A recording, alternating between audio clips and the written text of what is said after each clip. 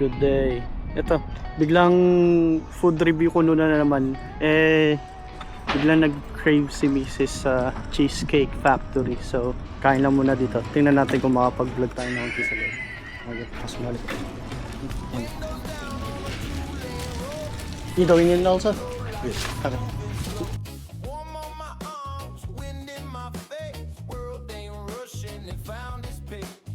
Radio static than a sweet guitar. Clouds stretched thin like they ain't too far. Grass on the shoulder, bending light. Nothing heavy in my mind tonight. No clock, no buzz, no name on a screen. Just tires humming soft and ain't in between. Let it roll, let it ride. Warm sun burning slow on my side. No rush, no race.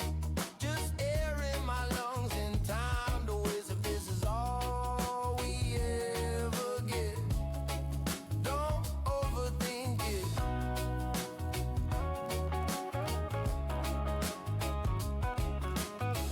Pulled off where the tall grass leans. Kick my shoes in the dirt and green. Lay back flat, let the daylight spill. World still spinning, but I'm sitting still. Wind through leaves like a lazy drum. Bees, low buzz, no place to run. Fresh air filling every space. Feels like something. Yeah. Oh, say hi. I'm just earth under me and a little quiet time.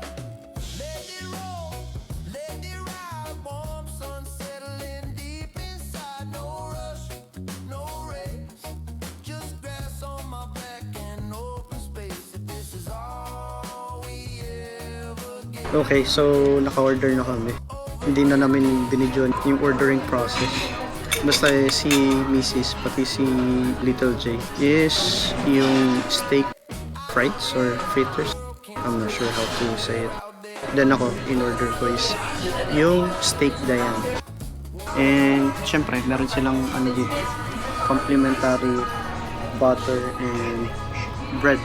Hindi ako masyadong magbo-vlog kasi makaka-copyright ako nakatan. Busy yung isa. Ito, dito muna tayo. Start muna natin i-review yung complimentary bread nila. Kasi may dalawa silang klase ng bread. Parang chocolate bread yata or kasi isa parang white bread. Ito, ilagyan ko na ng butter.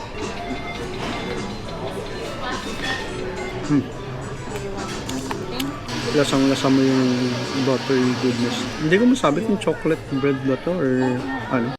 Basta parang chocolate color kasi, so hindi ko sure. It doesn't taste like chocolate bread. Pero masarap siya. Malambot, crunchy yung outside, soft yung inside. Complemented talaga ng butter yung bread. You don't need to finish this kasi mapupuno na agad yung chan mo, hindi mo kung nakakain yung main course mo. So, the bread is okay. Ito, try naman natin yung patina bread kung lasa. Mas chewy siya, a bit more saltier than the brown one, pero overall okay din. Yun, crunchy yung labas, soft yung inside. Ang rating ko sa may brown bread is mga 8 or 9. Ito, hindi ko masyadong trip yung pagka-salty niya. A bit salty for my taste. So ito mga 5 or 6. We're still waiting for the steaks to come in. Dumating na yung appetizer namin. Fried calamari. Merong marinara sauce. And I'm not sure what the other one is. Baka sour cream or ranch dressing. Okay, tikman na natin itong calamari. Really hot and fresh from the fryer. Maganda yung texture ng batter nila. Crispy. Wala mo ng sauce.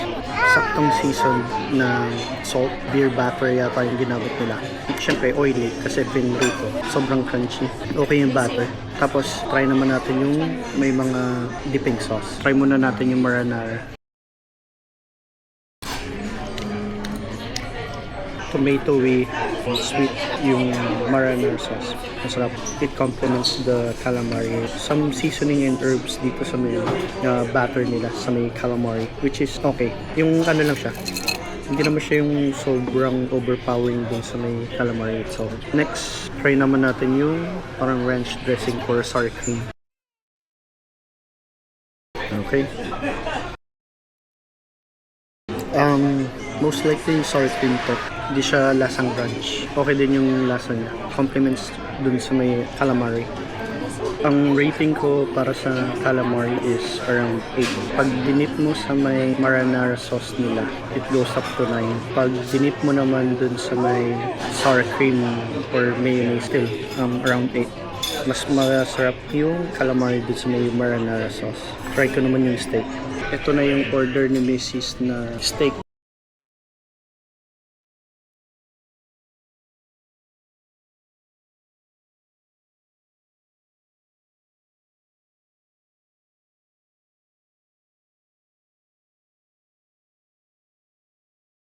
Tapos, ito naman yung order ko.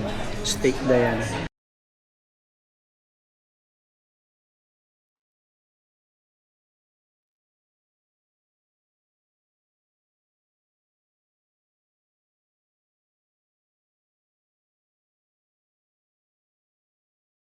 Okay, time for the main course.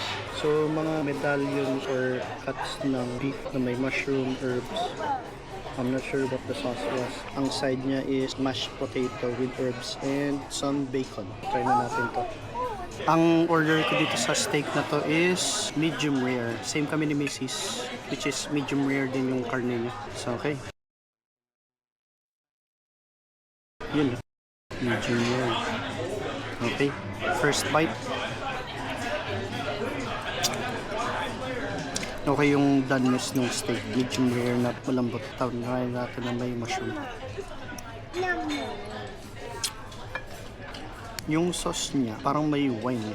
Masarap siya. Pero kung ako tatanungin, in my opinion again, mas trip ko yung regular steak lang na walang sauce. Mas okay yun. Parang si Mrs. ganun din yata yung ano niya. Gusto niya yung parang yung plain steak lang. Pero don't get me wrong again, masarap yung steak. Pero syempre may kanya-kanya naman tayong mga preferences about how you eat your steak. Try naman natin yung mashed potato nila. Okay yung mashed potato, creamy, sarap nung butter na nilagay nila. Ramdam mo naman yung fat dun sa may bacon. It complements dun sa steak as a side. Lagyan naman natin ng sauce. Tingnan natin kung mag-iba yung lasa. It levels up the taste and flavor. Nagkaroon ng mas maraming umami. Recommended yung sauce para dito sa may mashed potato.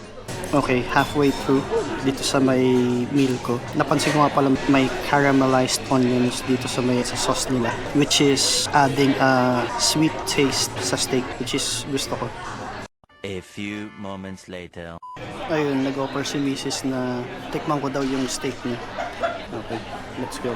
Check natin to kung ano lasa. Samahan na agad natin ng sauce. Okay, first bite. Mas trip ko yung steak ni Mrs. Meron din siya mga caramelized onions. Mas masarap siya sa panlasa ko. Tas sakto din. Medium rare din yung inano ni Mrs. Tikman natin tong cream cheese or what. Try natin. Pwede. Butter siya na saktong softened.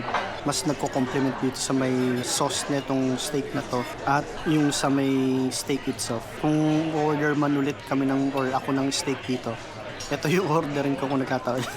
Mas trip ko tong kay Mrs. Kung ano kayong recommendation, itong steak frites yung orderin nyo. Masarap in my opinion. Okay, sige wait lang, tapusin ko na to. One eternity later. At ito na nga yung final part ng food review ko na dun sa may Cheesecake Factory. Hindi na ako nakapag-outro dun kasi nagmadali na kami bigla. May pupuntahan pa pala kaming ibang lugar. Naudlot yung pag-outro ko dun. Okay.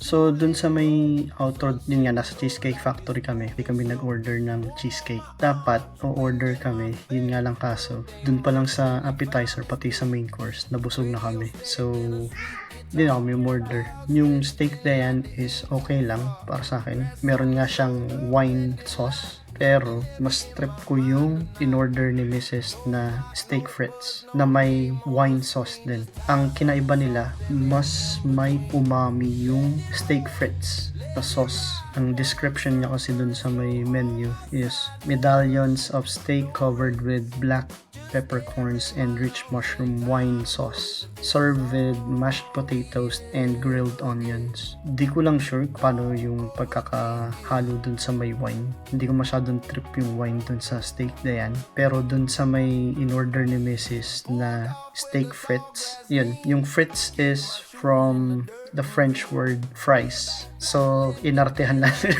yung wording dun sa may steak frites. Steak and fries lang siya. Yun lang yun. So, yung steak frites, ang description niya dun sa may menu is charbroiled ribeye steak with red wine sauce, grilled onions, garlic herb butter, and parmesan french fries. Again, pare silang may wine sauce.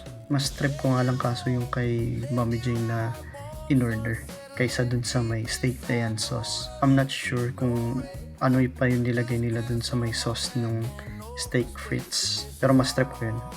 Mas recommended ko yung steak frites kaysa dun sa may steak na yan. Commonly kasi na in-order ko sa may Cheesecake Factory. Akala mo madalas pumunta yun pero hindi. Rarely lang kami pumunta dun. Yung in-order ko kasi dun dati is yung burgers nila. So, napagtripan ko lang mag-steak that time. Then, yung description nga pala ng fried calamari nila. Fried light and crispy, served with garlic dip and cocktail sauce. Garlic dip siya, di siya sour cream. At yung isa, ewan ko kung you can still call it marinara, pero nakalagay dito cocktail sauce. Ewan ko kung anong pinakaiba ng dalawa, pero para sa akin parang parehas lang yun. Disclosure lang, hindi ako professional food reviewer. Food review kuno lang to ha. So chill.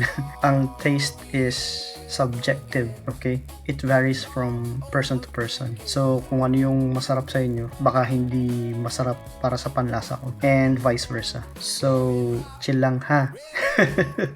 Mahirap na mamaya may masabi kayong kung ano, okay? Peace tayo dyan ha. Pero overall, it was a good meal kasi kasama ko si Mommy J at si Little J kumain. And good yung food sa Cheesecake Factory. Must try yung mga pagkain nila. I think I'll stick with burgers dun sa menu nila. Preference ko lang. Kasi mas maka-hamburger guy ako. And with that, dito ko natatapusin tong review ko noon. Sorry kung nagutom kayo sa may pagkain habang kumakain. Peace.